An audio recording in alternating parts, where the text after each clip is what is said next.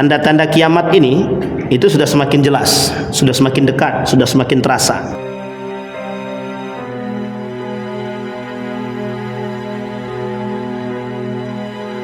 Asyhadu an la ilaha illallah wahdahu la syarika lah wa asyhadu anna Muhammadan abduhu wa rasuluh la nabiyya ba'd. Allahumma salli wa sallim wa barik ala hadzal nabiyil karim.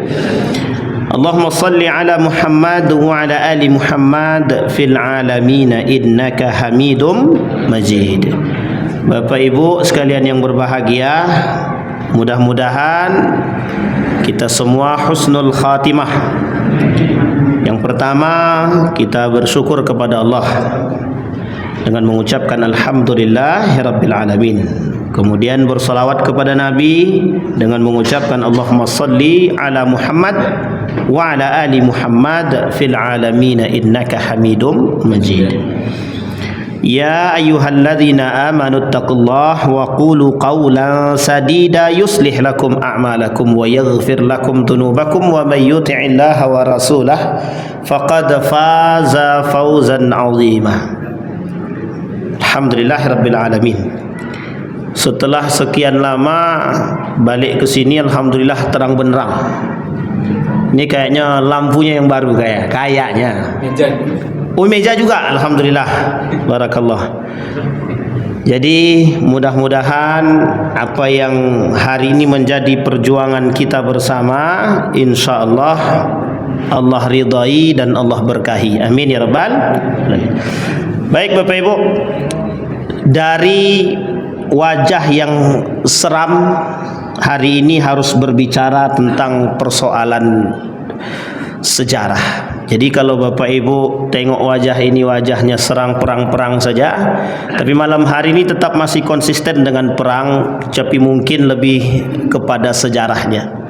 Kalau selama ini mungkin wajah ini hanya perang pemikiran, bawaannya coba dicaci maki orang, mudah-mudahan malam hari ini kita dipuji orang. Tapi bukan meminta dipuji ya. Jadi kenapa begitu? Karena persoalan-persoalan yang kita sampaikan beberapa belakangan ini memang persoalan yang menimbulkan perdebatan di kalangan siapapun. Nah, tapi malam hari ini ada satu hal yang sangat unik yang kami dengan Bang Ardi mencoba untuk menghidupkan kembali satu tradisi yang mungkin bagi saya itu hilang di tengah umat muslim hari ini. Meskipun tidak semuanya, tapi sangat jarang kita temukan. Apa itu? Tentang persoalan mundur dan bangkitnya peradaban Islam. Kalau masa Nabi, mungkin Bapak Ibu sudah tahu Nabi Muhammad sallallahu alaihi wasallam, Khulafaur Rasyidin tahu. Kemudian Al-Hasan wal Husain, dinasti Umayyah, Abbasiyah, Andalusia, Turki Utsmani. Ini populer Pak, populer. Tapi sepopulernya dinasti-dinasti ini, pernah kami coba untuk bertanya kepada beberapa generasi, mereka nggak tahu sejarah-sejarah yang terdapat di dalam dinasti-dinasti tersebut, baik Umayyah, Abbasiyah, begitu juga Andalusia, begitu juga Turki Utsmani. Mengapa kita ini Bapak Ibu perlu paham sejarah? Kalau Bapak Ibu lihat dari pemaparan pakar-pakar dari barat itu, sejarah itu jendela peradaban. Jadi yang paham sejarah pasti paham peradaban dia. Tapi kalau tak paham dia dengan sejarah, selesai urusan. Makanya kemarin di hari Ahad itu kami diskusi panjang dengan beberapa jamaah di Masjid Nurul Yakin itu, di ruang eksklusif kalau bahasa gaulnya. Di sini saya bertanya kemudian dengan bapak-bapak di situ tentang persoalan sejarah, terutama dalam persoalan sejarah yang tadi saya sampaikan ketika itu di situ tentang dinasti Yarmuk. Hampir di antara mereka tidak ada yang tahu. Itu baru dinasti Yarmuk, belum yang lain. Padahal Bapak Ibu, kalau Bapak Ibu mau mengetahui sedikit saja tentang perjuangan nih para pejuang-pejuang Islam dalam perang-perang ini, tak ada satu pun kalau tidak bangkit semangat jihad Bapak Ibu, berarti belum menjiwai betul itu. Saya akhir-akhir ini kembali mendalami bacaan yang telah lama kami baca. Di tahun 2009 pertama kali menginjakkan kaki di Yogyakarta, itu kami belajar. Saya mulai tertarik Pak dengan peradaban Islam ini ketika ada persoalan Renaissance namanya. Renaissance itu persoalan tentang kebangkitan Islam dari arah Irak dan Iran. Lebih tepatnya ketika itu dinasti Abbasiyah yang berpusat di Baghdad gitu. Ketika itu Bapak Ibu, ketika saya mendengar cerita tersebut, lahir para ilmuwan-ilmuwan itu begitu senang saya, tertarik saya untuk membaca. Mulai saat itu Pak, mulai saat itu saya suka membaca. Jadi saya Bapak Ibu sekalian, saya bukan tipe orang yang suka membaca. Tapi di tahun 2009 nengok orang, melihat orang tuh kok pintar-pintar, kok cerdas-cerdas pengetahuannya, anak-anak muda mahasiswa kok bacaannya dalam betul rasanya. Itu jauh sekali tertinggal itu.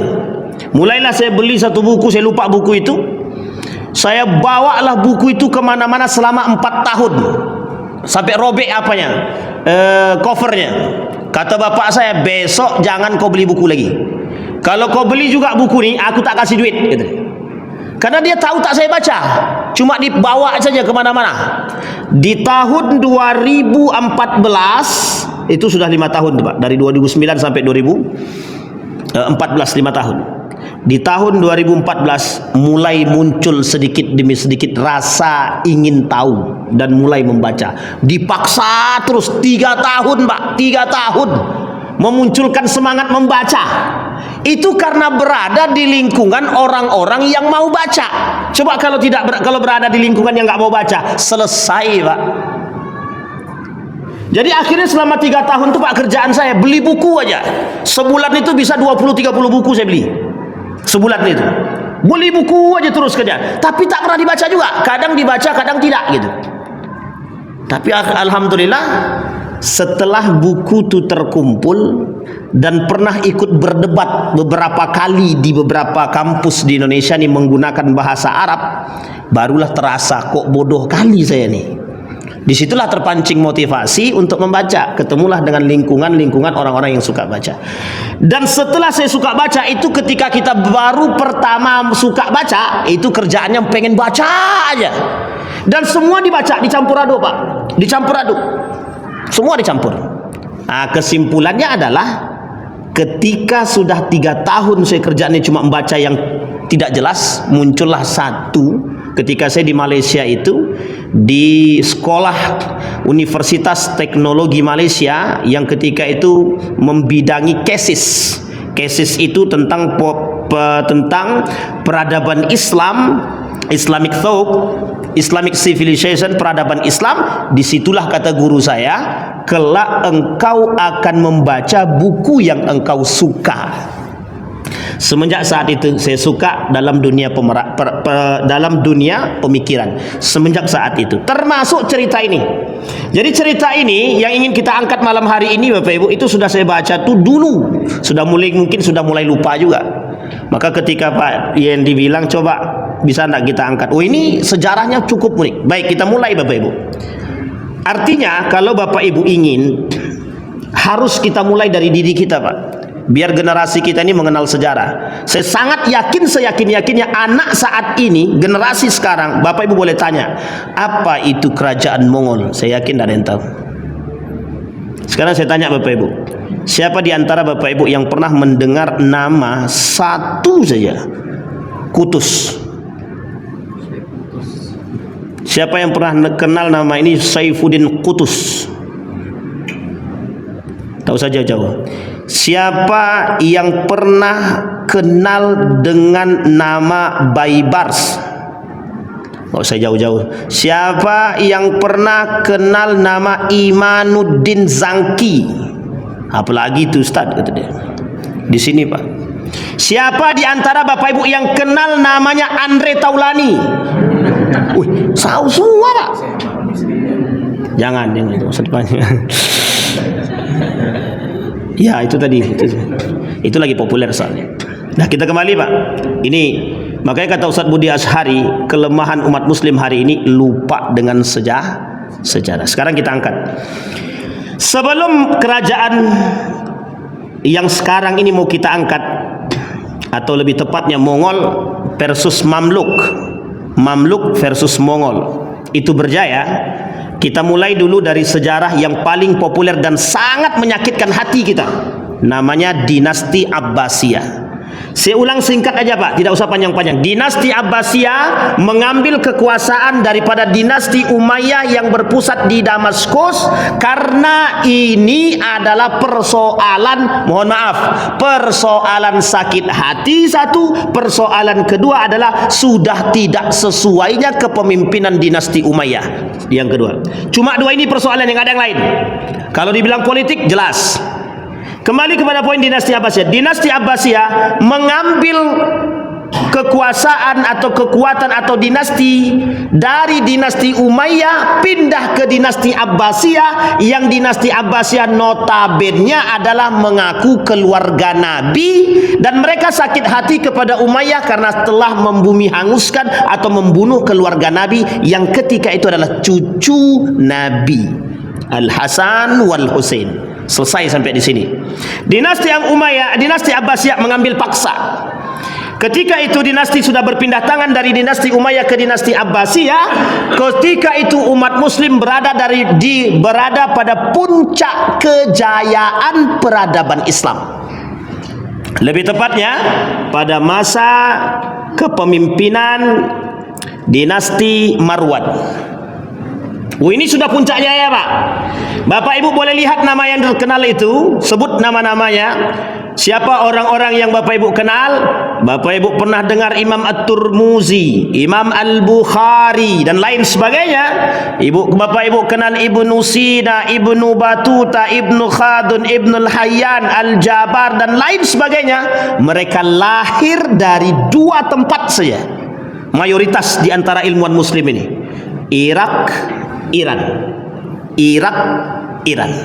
Ini yang disebut dengan Renaissance namanya, kebangkitan Islam oleh Eropa dari sisi daerah tersebut.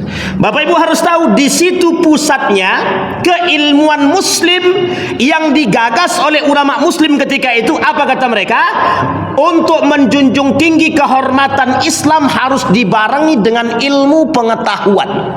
Dibangunlah satu pusat terbesar di dunia ketika itu, namanya perpustakaan. Apa namanya? Jadi Bapak Ibu, Mongol ini tak bisa dilepaskan dengan Abbasiyah. Tidak bisa. Kenapa kok tak bisa dilepaskan Ustaz? Ya karena memang persoalannya nanti dengan Mongol ini. Makanya kemudian muncul panglima-panglima yang tersakiti, panglima-panglima yang ingin kembali mendirikan Islam, membangkitkan semangat Islam. Lumayan kan?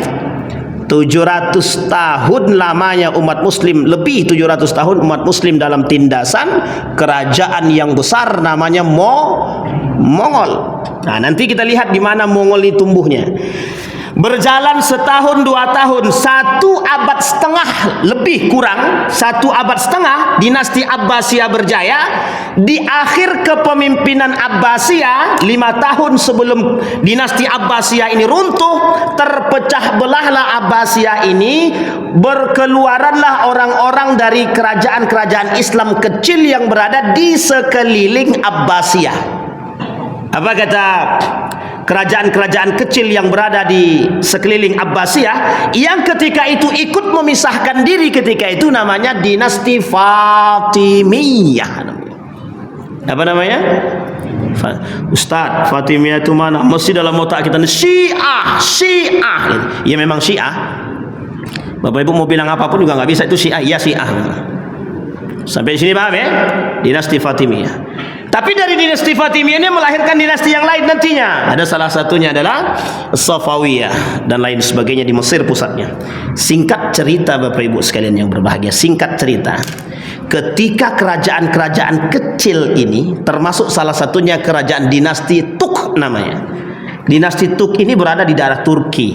Mereka kerajaan Islam kecil yang memisahkan diri. Apa kata mereka?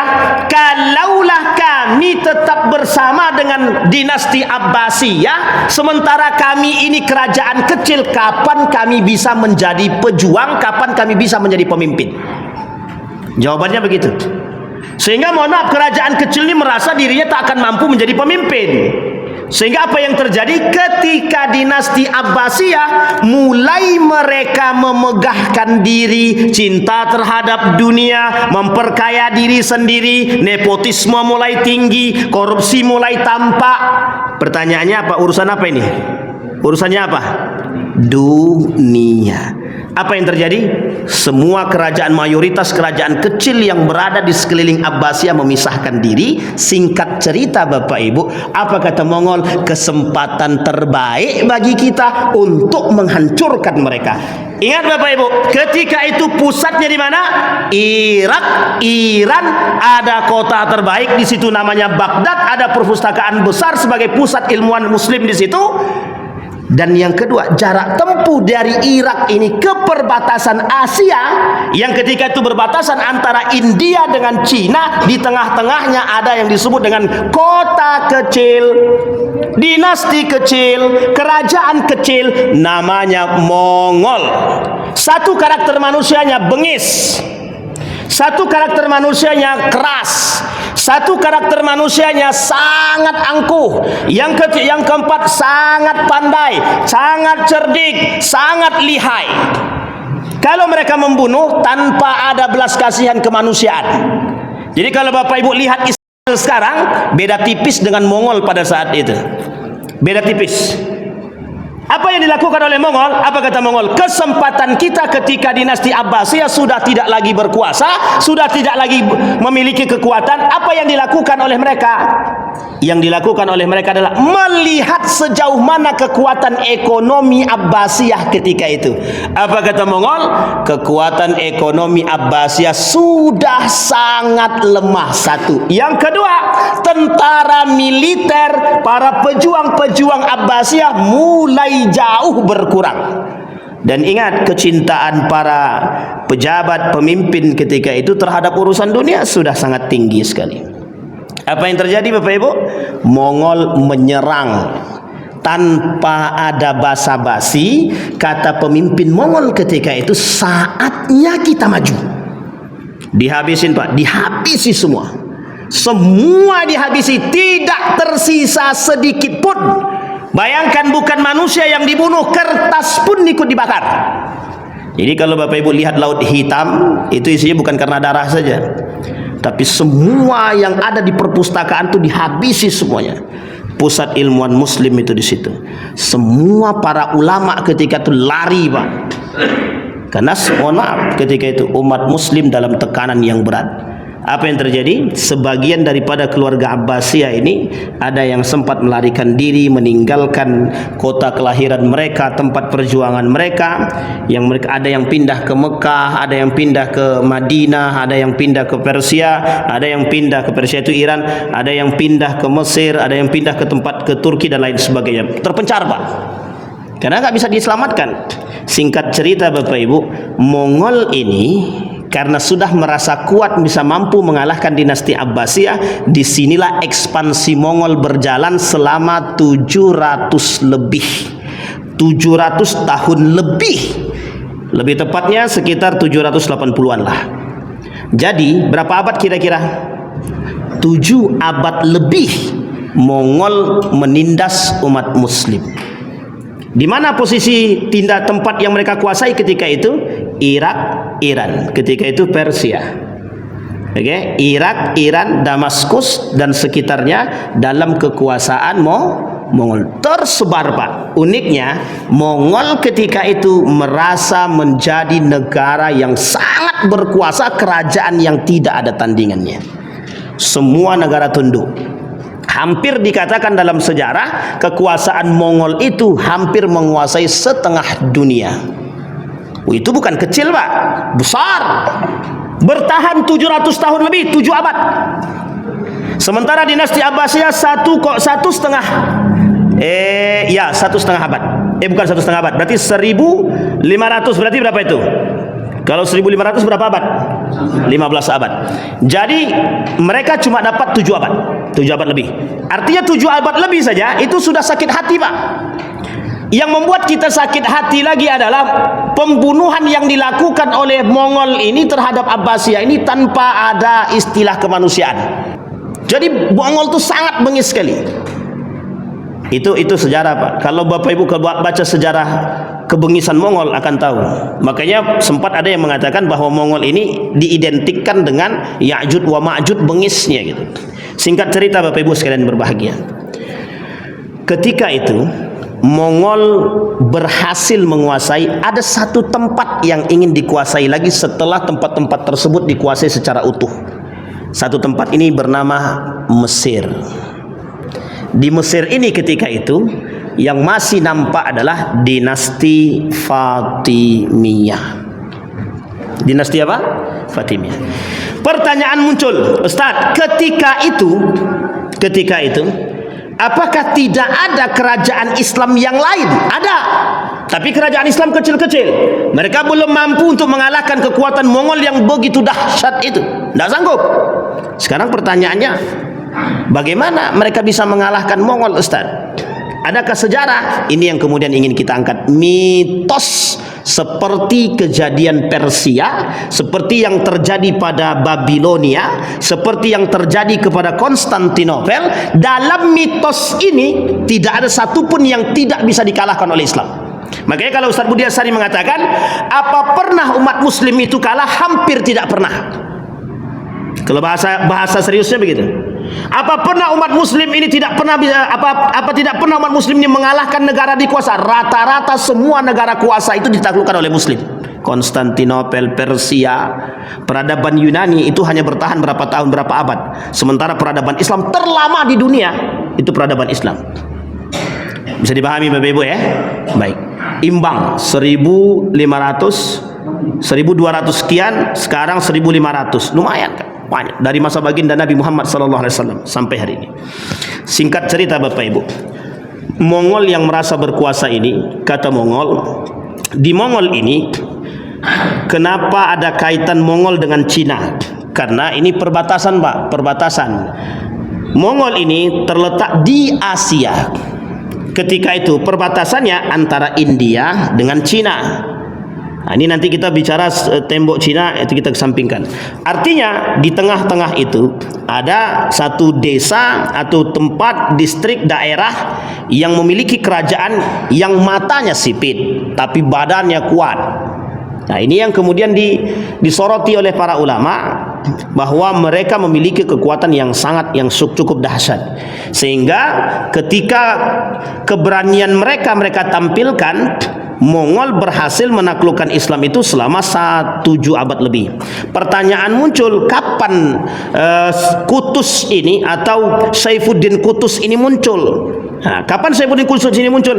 Saifuddin Kutus ini mulai nampak itu ketika Mesir mulai dituju oleh tentara Mongol.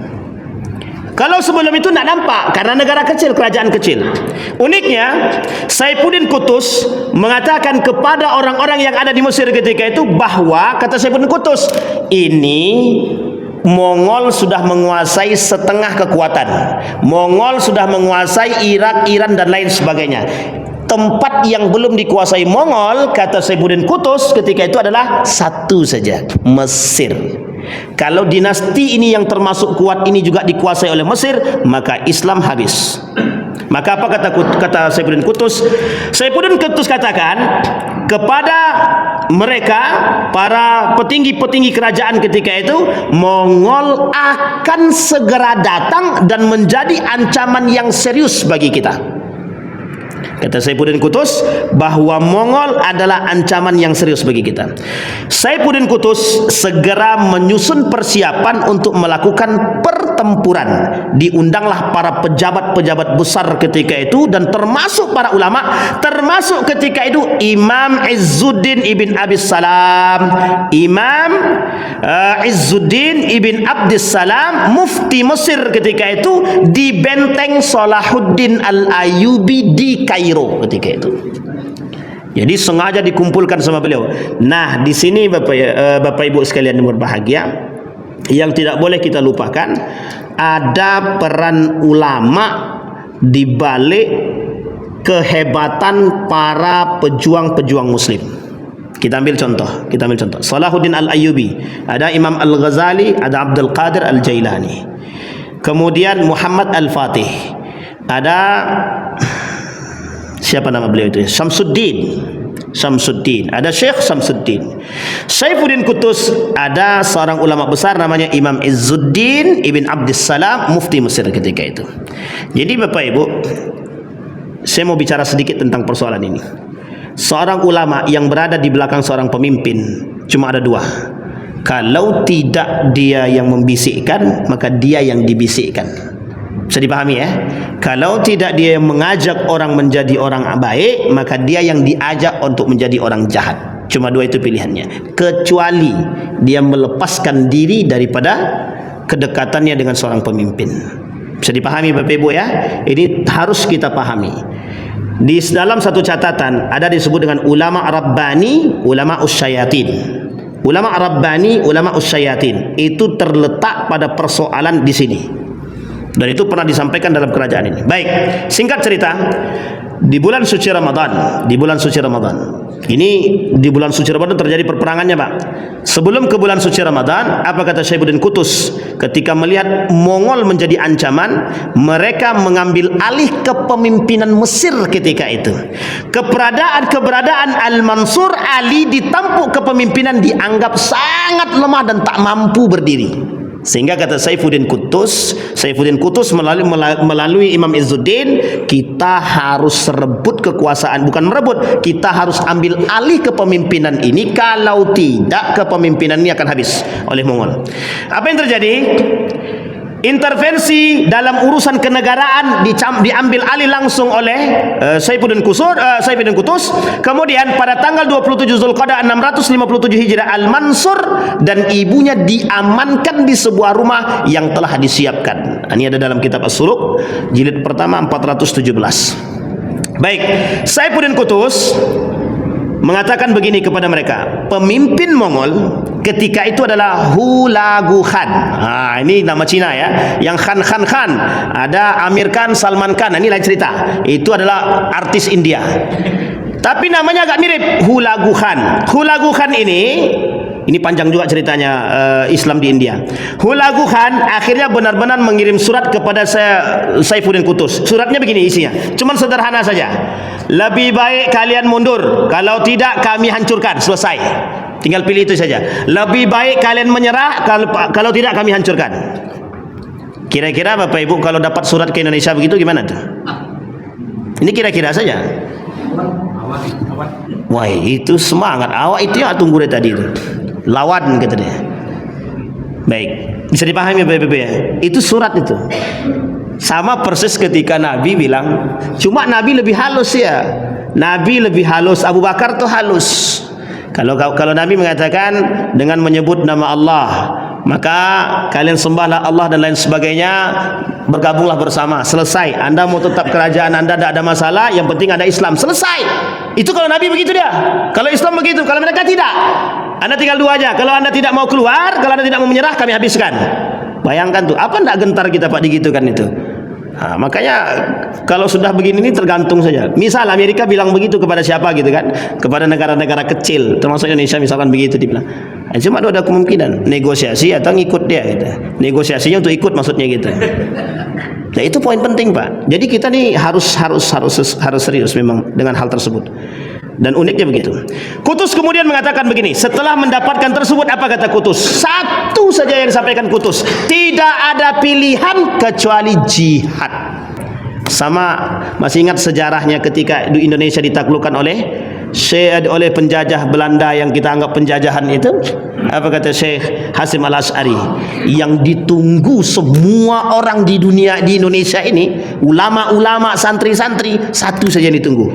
Syekh Hasim Al-Asy'ari membuat satu tulisan resolusi dalam sifatnya fatwa jihad, yang mati syahid masuk surga. Itu dong. Cuma itu toh. Akhirnya apa? Dibuat sama Syekh Hasim Al-Asy'ari. Ketika dibuat sama Syekh Hasim Al-Asy'ari, semua santri turun jihad. Nah, kita maunya begitu sekarang. Keluar dari Majelis Ulama Indonesia, jihad kata dia. Cuman kita jihad, mereka nggak tahu kemana gitu misalkan. Tapi kalau bisa semuanya jihad gitu, turun semua. Misalnya contoh aja.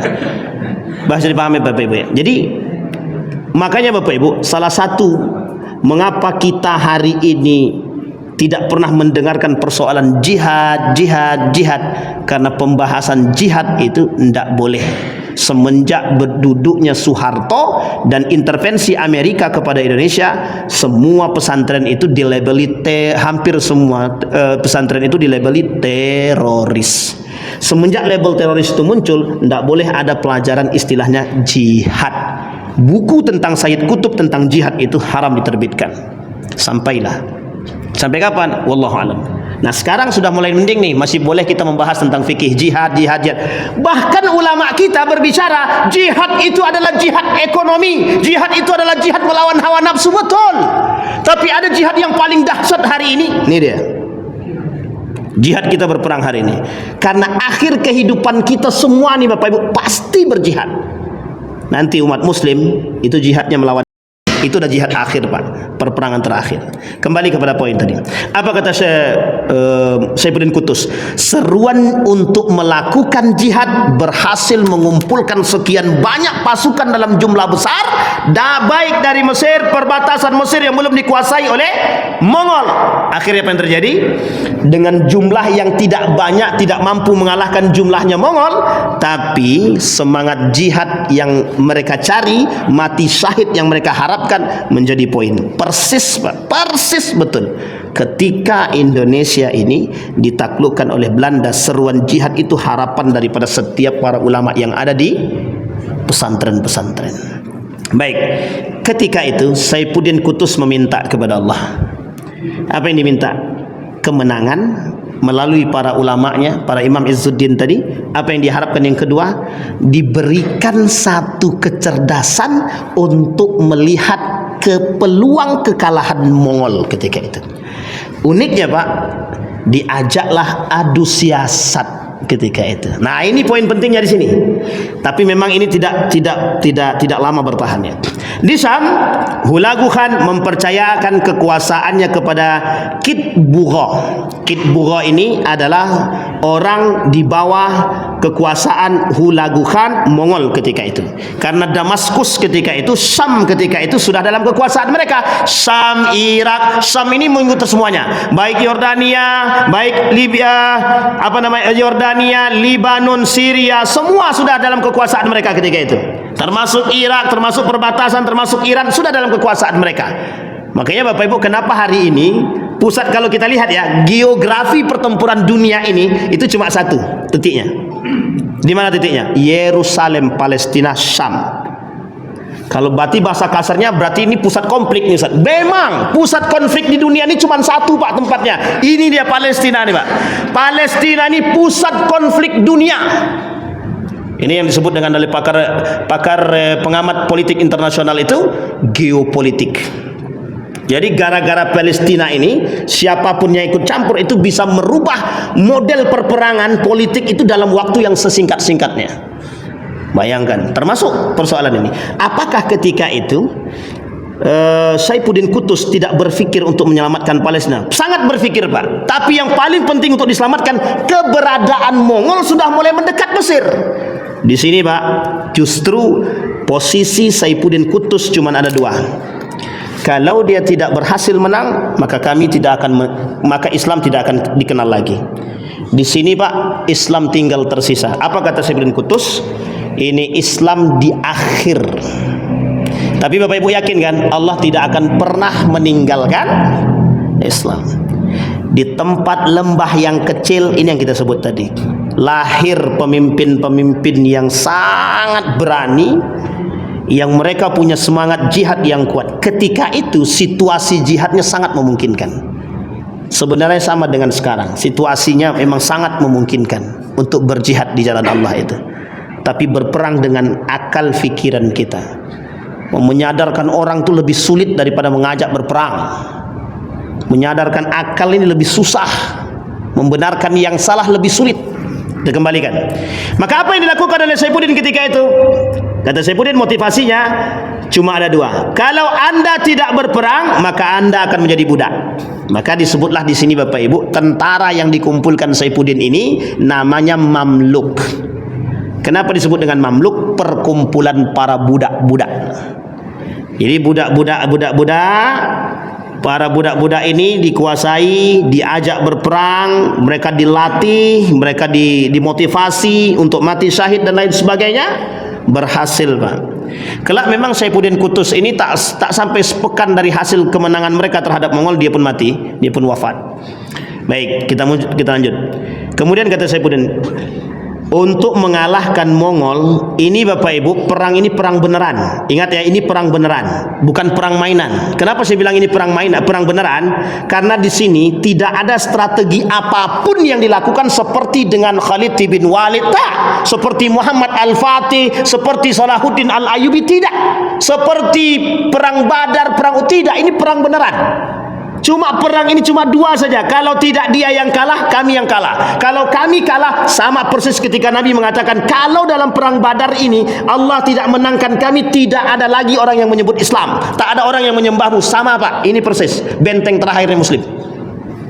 Makanya kerajaan Mongol itu, karena bisa dipastikan kalau kerajaan Mamluk ini kalah, maka kerajaan kecil yang lain pasti bisa dikuasai. Itu Pak poin pentingnya. Karena ketika itu Saifuddin Qutuz melihat bahwa kecintaan terhadap dunia dalam setiap kerajaan itu sudah mulai tumbuh dengan kuatnya.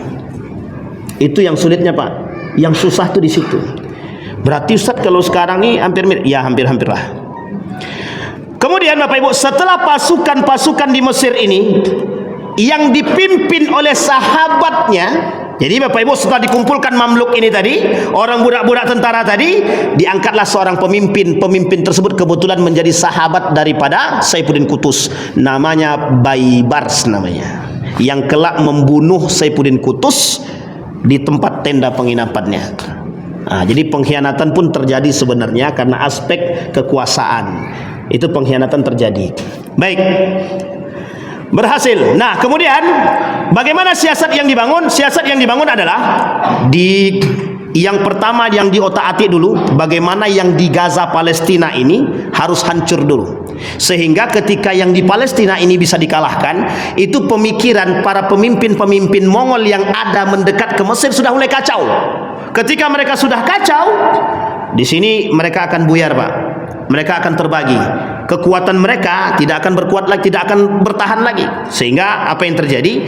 Oleh Baibars tadi, selain menghasut mereka, memotivasi mereka, apa kata mereka? Pokoknya kata Baibars, kita umat muslim percaya saja kepada Allah bahwa yang akan memenangkan kita adalah Allah. Apa yang terjadi? Motivasi itu berhasil, Pak. Apa yang terjadi? Ketika hulugan Khan ini masuk ke perbatasan Mesir, oleh Baibars berhasil di bumi hanguskan, Pak. Tak lama, Pak, tak lama. Kemenangan mereka itu mengakibatkan mental orang-orang Mongol itu ketika mereka mendapatkan kabar yang di Palestina sudah mulai runtuh, mereka sudah kacau, mental mereka sudah turun. Kok bisa mengalahkan kelompok-kelompok yang hampir tidak pernah hampir tidak pernah terkalahkan? Itu mental, Pak. Mental betul. Bahkan ketika itu tidak ada namanya tidak ada namanya duel, tidak ada duel. Pokoknya serang, mati, sahid dah gitu doang. Kalau Khalid bin Walid, dia turun dari kuda, dia tantang itu, ayo duel kita, kata dia. Sehingga bingung itu pemimpinnya Persia ketika itu. Oh, ini orang ternyata lebih masih badan kecil tapi lebih berani kan? Itu mental juga. Akhirnya kalah, Pak. Apa yang katanya dilakukan oleh mereka?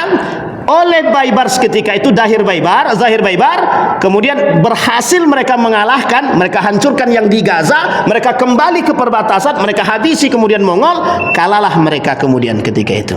Jadi Bapak Ibu, persoalan pertempuran Baibars ini itu sebenarnya itu persoalan penting dalam sejarah Islam, adalah di mana kekuatan jihad itu kalau dikembalikan kepada Allah tidak ada yang tidak mungkin bagi Allah. Kam min fi'atin qalilatin ghalabat fi'atan katsira biidznillah. Itu sudah janjinya Allah. Kalau mereka berjanji dan beriman kepadaku, kata Allah, kemenangan perperangan apapun yang disandarkan kepadaku pasti akan aku bantu. Sedikit sekali jumlah mereka, kalau mereka beriman kepadaku pasti aku menangkan. Ini jumlah kita banyak sekali, cuman yang beriman itu sedikit, itu masalahnya. Sehingga yang banyak ini diajak berperang takut deh. Takut duit aku nanti gimana, istriku gimana, anakku gimana, rumahku gimana, mobilku gimana nih. Padahal itu semua ditinggalkan, tuh selesai tinggal, tidak ada lagi satu pun yang bawa. Mati tak ada yang bawa satu pun. Tapi semua kita menyayangkan yang kita tinggalkan. Itu yang kemudian disampaikan oleh Saifuddin Qutuz kepada Barbar tadi, kepada Mamluk tadi. Tidak ada satu pun yang anda bawa, tidak ada satu pun, kata Syekh Imam mereka, tidak ada satu pun yang akan membuat kalian mulia kecuali kalian berjihad di jalan Allah. Dan apa yang dikatakan oleh beliau? Kita sedang berjuang atas nama Allah dan untuk agama Allah. Sekarang saya tanya Bapak Ibu, mau tidak berjuang Bapak Ibu? Juang apa dulu nih? Ya tuh, ekonomi kah? Berperang kah? Kalau kita prediksi pertempuran antara Muslim dan Yahudi itu mungkin masih cukup lama, tetapi kedekatan kemenangan Palestina itu semakin dekat. Jadi Bapak Ibu, tanda-tanda kiamat ini itu sudah semakin jelas, sudah semakin dekat, sudah semakin terasa. Kemerdekaan Palestina itu dalam hadis Nabi, berbagai tanda-tanda itu sudah mulai tampak. Dalam persoalan jihad ini Bapak Ibu, saya kutip satu ayat sebelum saya tutup. Kata Allah dalam Al-Quran itu, yastabdil qauman ghairakum wa in tatawallaw yastabdil qauman ghairakum. Ayat ini dijelaskan oleh Nabi di dalam hadisnya. Nabi yang menjelaskan, tapi kita tidak berfokus pada itu ya. Dia ada satu poin yang nanti akan menjadi sensitif di tengah kita. Apa kata Nabi kepada para sahabat? Ketika umat Muslim itu nanti yang mengaku beriman hilang imannya, mereka tidak akan pernah mau diajak untuk berjihad, tidak akan. Sekalipun mereka mengaku sholat, mengaku beribadah, berzakat, mengaku berpuasa, tapi ketika mereka diajak berjihad, mereka tidak mau berjihad, kata Nabi. Mereka sudah hilang iman. Ketika iman mereka sudah hilang, kata Nabi, mereka tidak akan mau berjihad. Ingat kalimat itu. Apa kata Allah? Litunfiqu fi sabilillah. Mereka diharapkan berjihad di jalan Allah, baik sifatnya nafkah atau ekonomi, itu jihad fisik ataupun jihad semua jihad. Wa in tatawallu, tapi ternyata mereka berpaling dari perintah, dari ajakan Allah, mereka berpaling. Apa kata Allah? Yastabdil qauman ghairah. Kata Nabi, akan datang orang yang akan menggantikan kalian, kata Nabi. Spontan ketika itu sahabat bertanya, ya Rasulullah, siapa yang akan menggantikan kami? Ibu bapak boleh cek ayat ini dan hadis ini, cek langsung. Yang menjelaskan langsung Nabi dalam hadisnya. Apa kata Nabi? Yastabdil qauman ghairakum, akan digantikan oleh kaum selain daripada kalian. Kepada para sahabat ketika itu, siapa yang dipegang oleh Nabi di samping Nabi ketika itu? Salman Al-Farisi. Apa kata Nabi? Qauman ghairakum, kaum selain kalian. Kaum siapa? Kata para sahabat, kaum yang mau berjuang, kaum yang akan menggapai meskipun iman jauh ke bintang suraya. Kata Nabi dalam hadisnya begitu, hadisnya sahih. Apa kata Nabi? Kaumnya siapa? Kaum Salman Al-Farisi. Pertanyaannya, apakah itu Salman? Apakah itu orang setelah Salman? Tergantung siapa yang mentafsirkan hadis tersebut. Tergantung siapa yang menjelaskan hadis tersebut. Artinya Bapak Ibu, kalau kita hari ini mengaku beriman kepada Allah, Tapi kita tidak mau jihad dalam urusan ekonomi, jihad fisik dan jihad lain sebagai pendidikan dan pemikiran, berarti kita termasuk apa yang dikatakan oleh Allah dalam ayat tersebut. Maka ketika Allah mengganti kekuatan itu dari siapapun, maka kita tidak termasuk bagian daripada tersebut, Pak. Na'udzubillahi tsumma na'udzubillah. Bayangkan, faman ra'a dima'al muslimin muraqatan thumma sakata fatakallama fi amri salati waz zakati was saumi wal fiqh, itu kata mereka, thumma taraka dima'a khalqillah fahuwa kha'id. Yang mereka berbicara persoalan salat, zakat, puasa, fikih waqiat, fikih prioritas, tapi mereka diam terhadap kemungkaran, mereka diam terhadap darah-darah umat muslim yang terpapar, fahuwa kha'id, mereka pengkhianat. Na'udzubillahi tsumma na'udzubillah. Bahkan dalam hadis Nabi yang paling sangat bahasa hadis ini, kalau saya bilang provokator, ya memang hadis itu memang provokasi. Yang kedua, vulgar, bukan vulgar lagi, sangat vulgar. Apa kata Nabi? Man masya ma'a zalimin liyu'inahu. Barang siapa yang berjalan bersama orang zalim, kafir, musuh, liyu'inahu, untuk membantu dirinya, wa huwa ya'lam annahu zalim, dan dia tahu bahwa mereka adalah zalim, faqad kharaja minal Islam. Kalau ada orang yang tahu kezaliman seseorang, dia masih memberikan ruang kepada mereka, membantu mereka, bahkan bergabung bersama mereka, faqad kharaja minal Islam, dia sudah terjebak dalam indikasi keluar daripada Islam. Hadis ini sahih. Hadis ini sahih. Jadi Bapak Ibu sekalian yang berbahagia, persoalan jihad itu tidak main-main. Bapak Ibu tahu Julaibib yang mau kita bahas tapi tak jadi. Julaibib ini, Bapak Ibu, orang Julaibib ini, kalau kita lihat dari sisi jihadnya, satu sisi dia ini tidak dipandang orang sama sekali, tidak dari siapapun, sudah tidak dianggap manusia, tidak dianggap berada, tidak dianggap ada, tapi Nabi mencintainya, Pak. Julaibib ini mati dalam keadaan syahid. Yang mengangkat jenazahnya baginda Nabi, yang menguburkan jenazahnya baginda Nabi Muhammad sendirian, tidak ada yang lain. Tahu Bapak Ibu apa sebabnya? Karena Nabi cinta kepada Julaibib. Tahu Bapak Ibu apa yang membuat Julaibib ini dicintai oleh Nabi dan dicintai oleh Allah Subhanahu wa taala? Satu saja. Belum berhubungan badan dengan istrinya, ketika perintah jihad keluar, apa kata istrinya? Pergilah. Kalau ini perintah dari Allah. Siapa yang bisa begitu? Nah, kita berharapnya istri-istri kita begitu. Jangan angguk-angguk, Bang. Diajak ke perawangnya takut istri. Bisa dipahami Bapak Ibu. Bisa dipahami Bapak Ibu. Jadi kalau Bapak Ibu-ibu, khususnya ibu-ibu yang di belakang ini, ketika ada suaminya diajak perang, kira-kira mau melepaskan untuk mereka berperang? Kata ibu-ibu, karena sudah tua Ustaz, biarin aja lah, kata gitu. Tapi Bapak Ibu, Julaibib berjihad di usia yang muda. Maka sebenarnya cocok ini untuk siapa? Kami-kami yang muda ini. Berarti sini banyak yang tua-tua, Ustaz. Ya sadar diri sajalah. Bisa dipahami Bapak Ibu. Tidak ada Bapak Ibu. Tidak ada hidup ini tanpa perjuangan, enggak ada. Tidak ada hidup ini tanpa perjuangan. Semuanya perlu perjuangan. Jadi Bapak Ibu, kita nih hari ini cuma dididik dua saja mental kita nih, feodal, pecundang. Ibu, Bapak Ibu jangan tersinggung ya, jangan tersinggung. Kita sedang dididik dua hal saja, pecundang dan feodal. Itu saja. Kalau Bapak Ibu ingin dididik sebagai pejuang, maka pelajarilah karakter-karakter para pejuang. Saya sangat yakin, mohon maaf Bapak Ibu, Indonesia punya masa yang tidak dimiliki oleh siapapun. Indonesia punya masa yang emas pada saatnya, yang tak pernah kita pahami. Bapak Ibu tahu mengapa Indonesia ini bisa merdeka? Bukan karena kehebatan pejuang, Pak. Karena kecintaan mereka terhadap Sang Maha Kuasa. Ini rezeki yang tak pernah bisa kita lupakan.